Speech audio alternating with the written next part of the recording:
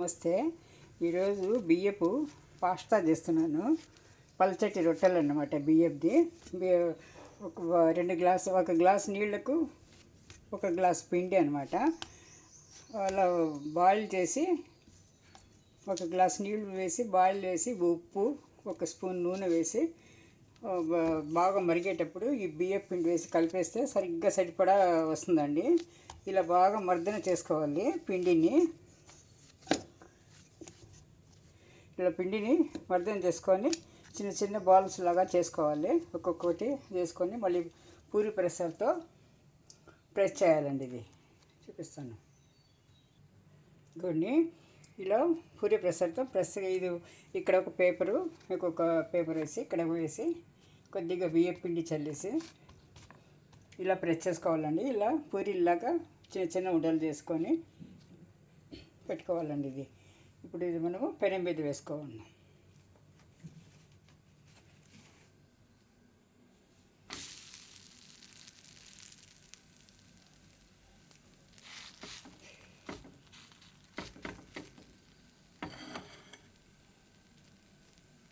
కొద్దిగా నెయ్యి కానీ నూనె కానీ వేసుకోవాలండి. చుట్టుపక్కల వేగుతుంది. ఇది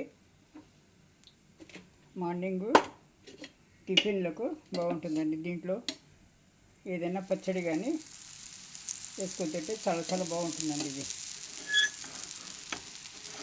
ఇది ఏమి కలపకుండా ఉట్టి బియ్యం పిండే వేయాలన్నమాట.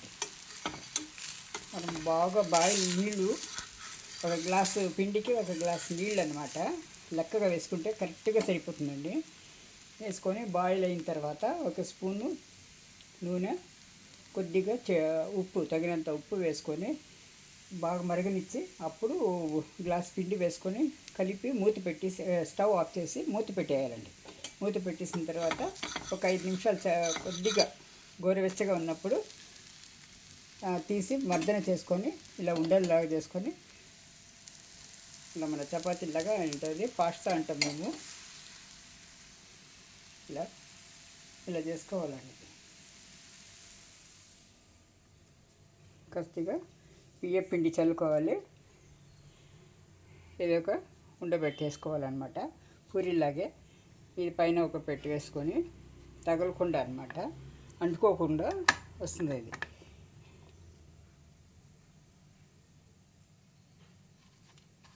చూడండి. ఇలా ఒత్తుకున్నామంటే ఇలా వచ్చేస్తుంది అనమాట. అది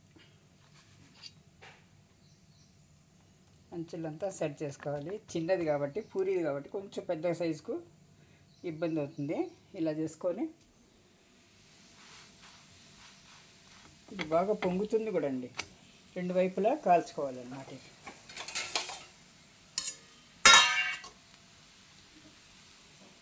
నెయ్యి కూడా వేసుకోవచ్చు, కాకపోతే నూనె కూడా వేసుకోవచ్చు అండి. పొంగుతుందండి. చూడండి.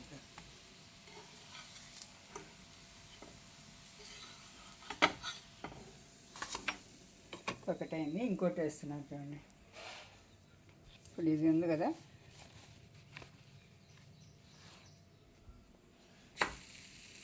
ఇదిగోండి ఇలా వేసుకోవాలి. నెక్స్ట్ది కూడా ఇలాగే